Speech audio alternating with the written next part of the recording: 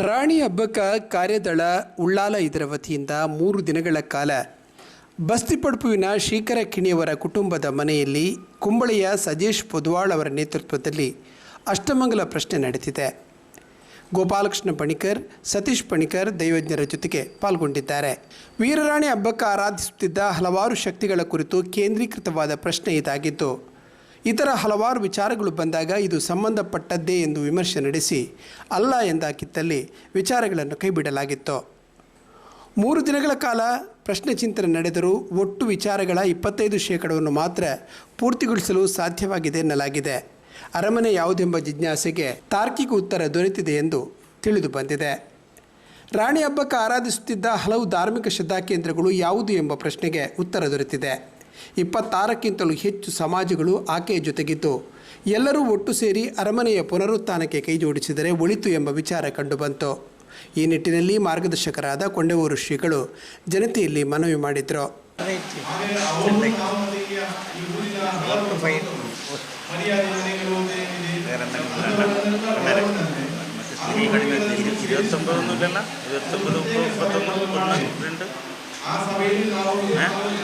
ഒന്ന് രണ്ടൊന്നും ഉണ്ടാ, ഒന്ന് രണ്ട് വേണ്ട, 31 ഒന്നായിട്ടുണ്ടാ, അങ്ങനെ ഉണ്ടാ, ഇല്ലാതെയല്ലേ 31 ഒന്നുണ്ടാ,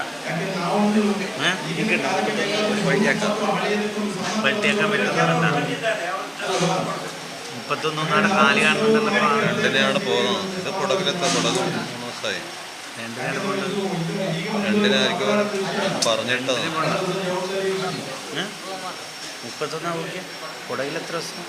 കുടകിൽ 2 ദിവസം കൂടെ തീർത്താക്കാം. 31 കിട്ടും. 31 ഒന്നും കിട്ടുമൊക്കെ. ರಾಣಿ ಹಬ್ಬಕ್ಕನ ಅರಮನೆ ಮತ್ತೆ ಪುನರುತ್ಥಾನವಾದರೆ ಇಡೀ ದೇಶವೇ ಇತ್ತ ದೃಷ್ಟಿ ಹರಿಸುವ ಕಾಲ ಸನ್ನಿಹಿತವಾಗಲಿದ್ದು, ಈ ನಿಟ್ಟಿನಲ್ಲಿ ಇನ್ನಷ್ಟು ವಿಮರ್ಶೆಯ ಅಗತ್ಯ ಇದೆ ಎಂದು ತಿಳಿಸಲಾಗಿದೆ. ಮತ್ತೆ ಮಾರ್ಚ್ ತಿಂಗಳ ಕೊನೆಯ ವಾರದಲ್ಲಿ ಪ್ರಶ್ನಾ ಚಿಂತನೆ ಮುಂದುವರಿಯುವುದು ಎಂದು ಧಾರ್ಮಿಕ ಮುಂದಾಳು ಚಂದ್ರಹಾಸ ಉಳ್ಳಾಳ್ ತಿಳಿಸಿದ್ದಾರೆ.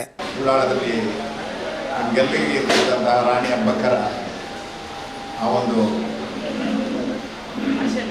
ಅಷ್ಟಮಂಗಳ ಪ್ರಶ್ನೆ ಕಳೆದ 3 ದಿವಸಗಳಿಂದ ಸತತವಾಗಿ ಮಾಡಿಕೊಂಡು ಬಂದಿದೆ.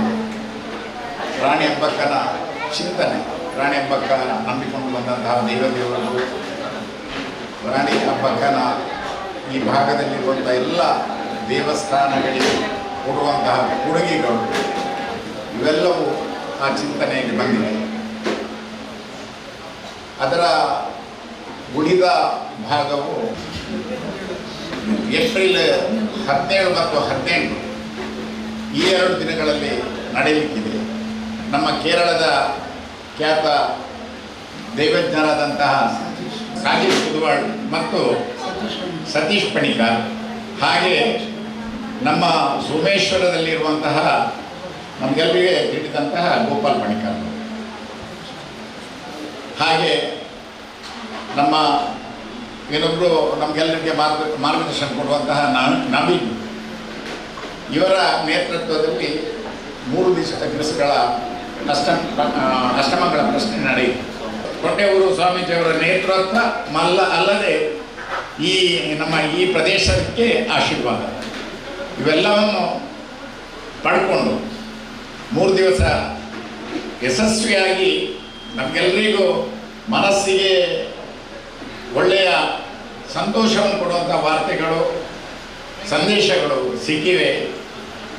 ಮುಂದೆ ರಾಣಿ ಹಬ್ಬಕ್ಕನ ಈ ಅರಮನೆ ಅದು ಮೊದಲಿನ ಸ್ಥಿತಿಗೆ ತರುವಂತಹ ವ್ಯವಸ್ಥೆಯನ್ನು ಮಾಡಲಿಕ್ಕೆ ನಾವೆಲ್ಲರೂ, ಎಲ್ಲ ಜನಾಂಗದವರು ನಾವೆಲ್ಲರೂ ಕಟ್ಟಬದ್ಧರಾಗಿರ್ಬೇಕಂತ ತಮ್ಮಲ್ಲಿ ಪ್ರಾರ್ಥನೆ.